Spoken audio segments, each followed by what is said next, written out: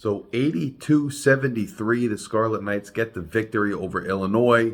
Part of this kind of drives me nuts, to be honest with you guys, because part of me is like, where was this for all of the season? I know Harper, and by the way Harper's injury looked, there was a lot of speculation that we didn't know when he was going to be back. He's back this game. That was much welcome.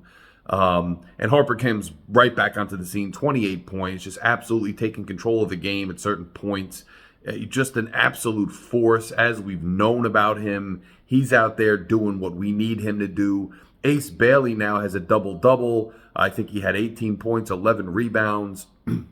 And so, again, when Ace is crashing the boards, playing like a forward, when you got Dylan Harper back in action, things are going to be good for you. And they were for Rutgers today. It's always nice to beat Illinois, even though, again, I'm like, even Dortch in there playing ball, and obviously Grant with that highlight reel play. But where was Grant and Dortch, earlier in the year? As has been the trend with Rutgers, Acuff does well the other night, and all of a sudden he's got a goose egg tonight. So interesting how things just change and churn and whatnot, and who has a good game on any given night. That's the way Rutgers is right now. Defense at times I thought was intense. I thought at the end of the second half they stepped up on the boards at the end of the second half as well. First half started off really well, and then as they got down the stretch at the end of the first half and then midway through the second half, I think the defensive intensity wasn't necessarily as good enough.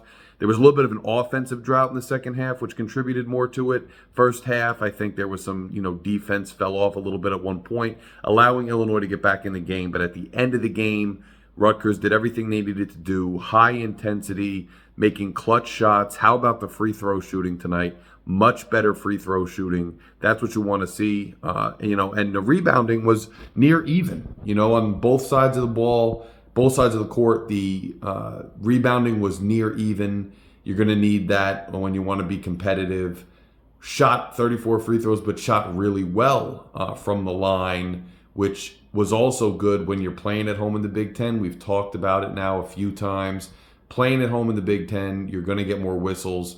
Illinois was clearly frustrated at times there. And Rutgers took advantage of it by sinking the free throws, sinking timely free throws, and doing their job there. I thought one of the highlights of the game was really towards the end when Rutgers was going up and getting rebound after rebound on both sides of the floor. That was absolutely pivotal for them to win this game. PJ Hayes even gets in there and sinks a three, and then he gets in there late in the game, drives to the hoop, doesn't convert, but winds up getting the rebound. Huge rebound. We had 3 offensive rebounds in a row there at the end at a time you absolutely needed it. Crowd was into it, kind of odd. Blackout game, but, red jerseys, kind of an interesting, nice jerseys. I dug them, but kind of weird. Everybody's in blackout, but Rutgers themselves is in red. Still, I think it was effective. The crowd was into it. And you know what? Give the fans and give the crowd credit this year.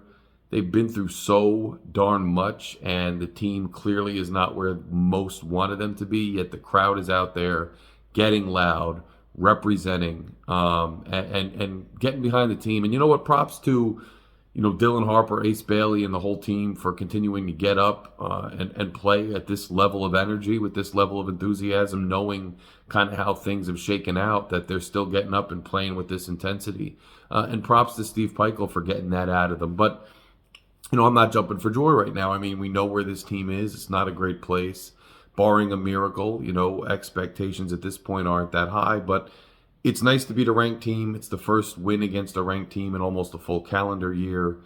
First win against a ranked team this year. Again, nice that it's Illinois. I just got done talking about how, frustrating it is that these foes and these rivals we've been going against for the last few years this year are still ranked. And Rutgers is kind of flailing a little bit, especially with the talent we have on the team. But that kind of is what it is. Not a great percentage from the field tonight, per se. Not terrible, but it wasn't like Rutgers was shooting lights out. I do think there were times in this game where in previous games this season we've missed shots, couldn't get them to fall, and this game they were just falling. And that's sometimes just the way the ball bounces, for lack of a better term in basketball. And, that behind kind of behind the head shot that Jeremiah had, and Dylan hitting just really nice threes, Hayes sinking some threes, Zach Martini did what he had to do, but again, just struggled here or there. You wanted him to hit the big three towards the end, couldn't do it. But another game where Ace gets a double double. He's a force down low. He's a force on the boards. He has some highlight reel shots. Dylan takes over the game as the leading scorer. Defensive intensity does enough, and they do enough on the boards to get us where we need to go. And Rutgers takes a game home. Now, if only they could put this formula together and run with it for a little bit longer and string a bunch of wins together, and if only they had done that earlier, I think we'd all be in a better place and be really excited about it. But it is what it is at this juncture. Again, it's nice to see these young guys, playing ball, and you got to wonder where that was. You bring two young guys in a third if you include Somerville. They're awesome talents. And then you bring all these veteran guys around because you think you need to surround them with veterans. Yet you look at who they brought in the fellow freshman class, and these guys can play ball, and you got to wonder, what if we had just kind of rolled younger from the beginning?